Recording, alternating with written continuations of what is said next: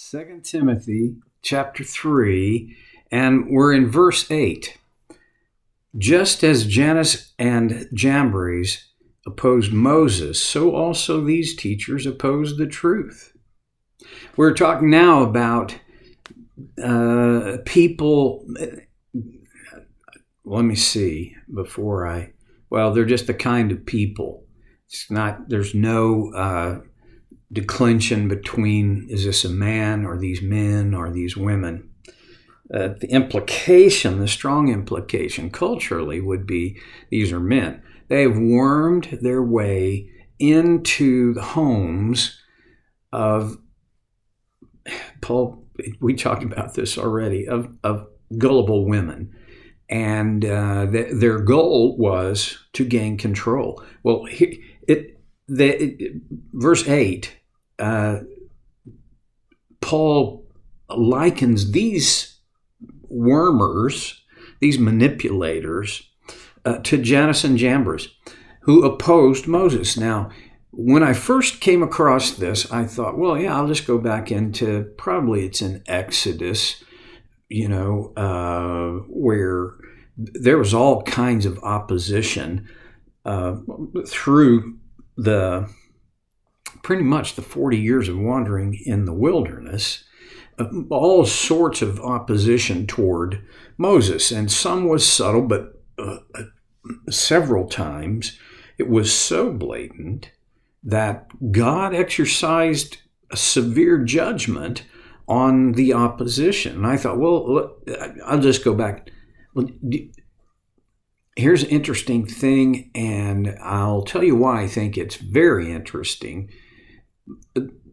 These guys' names never show up in Exodus at all. They're nowhere to be found in the Old Testament. So who is Paul referring to? Here's why I think it's interesting.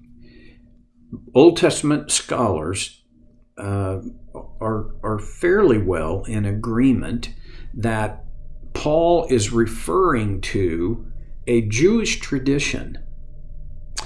And don't think of tradition like holidays and, specific gatherings. No, this was a tradition handed down. This was an idea. It's not myth, but it's extra biblical, meaning you don't find it anywhere else in the Bible.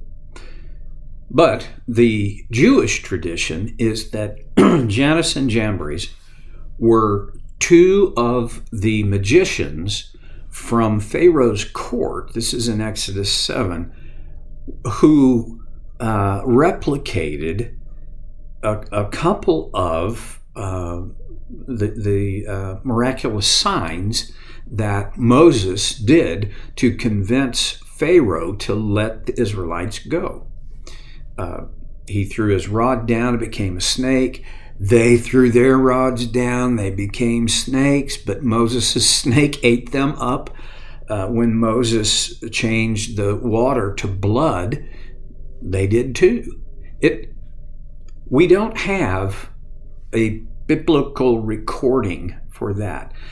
But why I think this is so interesting is that evidently the people to whom Paul was writing, Timothy, had background to have a sense of who Jannes and Jambres were.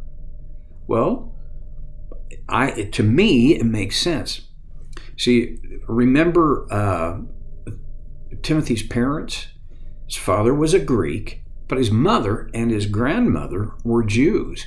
And in another place, Paul talks about how his mother and his grandmother had brought him up under the instruction from biblical instruction, which at that point in time would have been the Old Testament. Could it? Now, we get to look into this dialogue, it was really a monologue, this discourse from Paul to Timothy as observers. But don't forget, Paul, I don't know whether Paul realized I'm writing the Bible. I kind of think not. On the other hand, he was inspired by the Holy Spirit, so maybe he knew. But at any rate, this letter was not addressed to the church universal. It was addressed to Timothy, because Timothy was the young guy that Paul had left in Ephesus to lead and pastor, disciple, and develop the church there.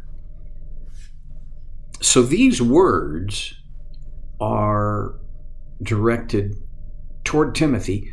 We can look, I think we should, and what we've been doing is looking at them and discovering that there are applications for us as well.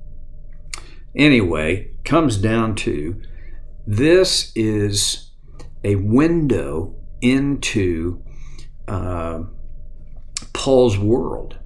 I'm reading a really interesting and really long, it's like 1,400 pages long. I don't very often read 1,400 page books, but it's by he's really a biblical scholar and a wonderful communicator whose name is N.T. Wright. He's British, and holy smokes, man, that guy. I've read 3 of his other books, and they have been just wonderful, so I recommend him. Anyway, he has written a book about Paul, and he says Paul simultaneously lived in 3 worlds. In almost 4. In the Jewish world, that's how he was raised. That's what his lineage, his background, his heritage was. A heritage which he was somewhat, not in the negative sense, but in the positive sense, proud of. He lived in a Greek culture, which 300 years before Rome became the world force, thanks to Alexander the Great, the Greek influence had extended really pretty much to the known world. And he also lived in the Roman world, which this was a very interesting and complicated thing because, while Rome ruled the world in Paul's day, and Latin was one of the most common languages in the entire Roman Empire, Greek was still spoken as the language of commerce, business, diplomacy.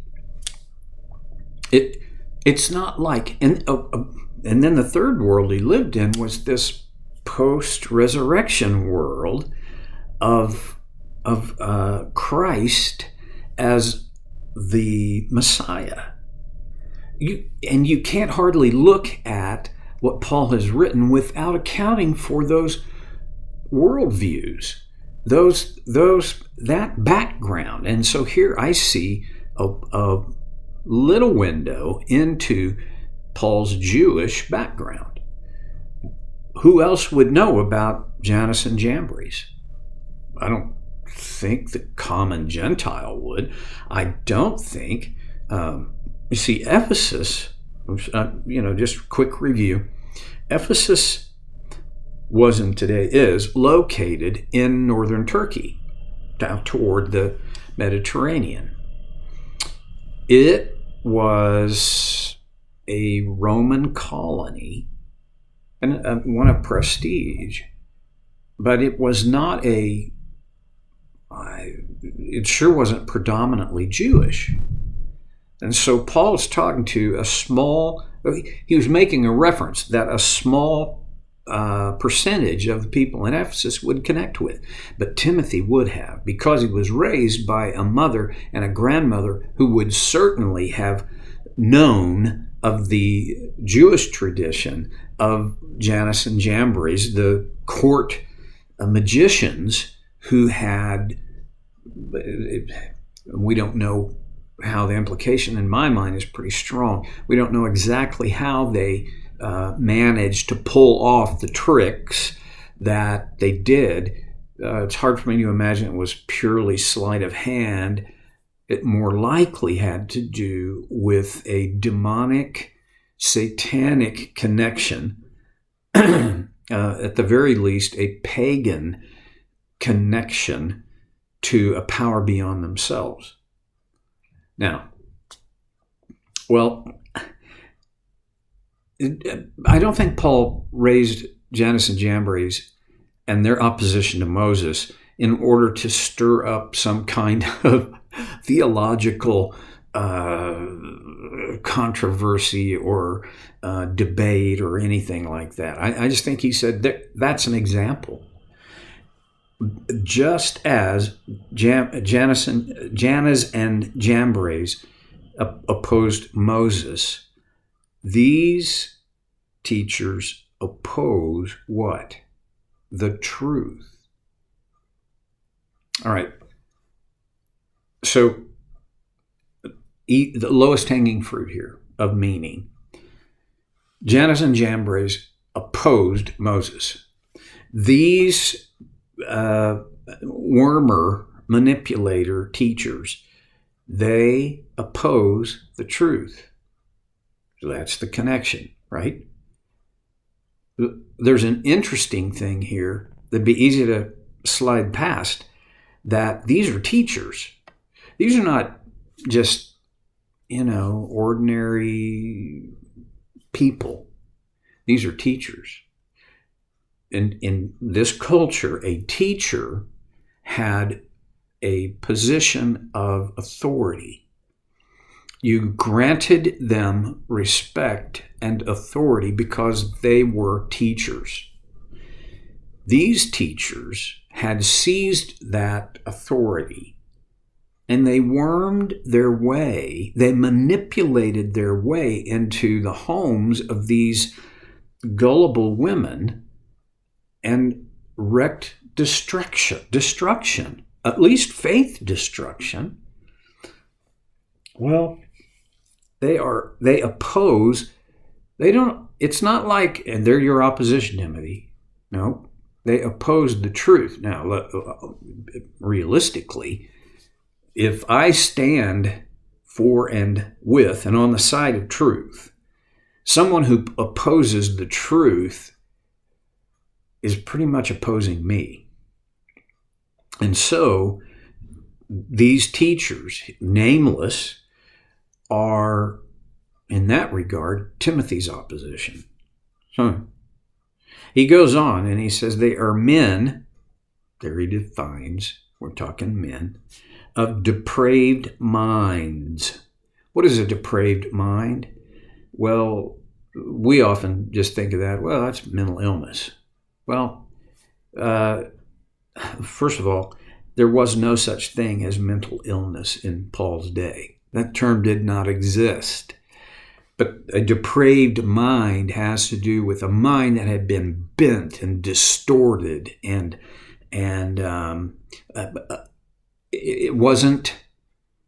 it didn't follow, it was not consistent with truth. And in this particular context, the truth of God. They're men of depraved minds who, as far as the faith is concerned, are rejected. It gets worse and worse and worse. Can you imagine? This is a strong statement. Paul is saying, as far as the faith is concerned, and when he talks about the faith, he's talking about, what is he talking about? I think he's talking about the whole system of belief and response, the belief in and response to God. And he says, in terms of that, they're rejected. That would be easy to read over that, but that's really a strong negative statement. Well, time's up, so I'm going to have to close out, and we'll talk about this a little bit more next time on So Care with Stevie Boy.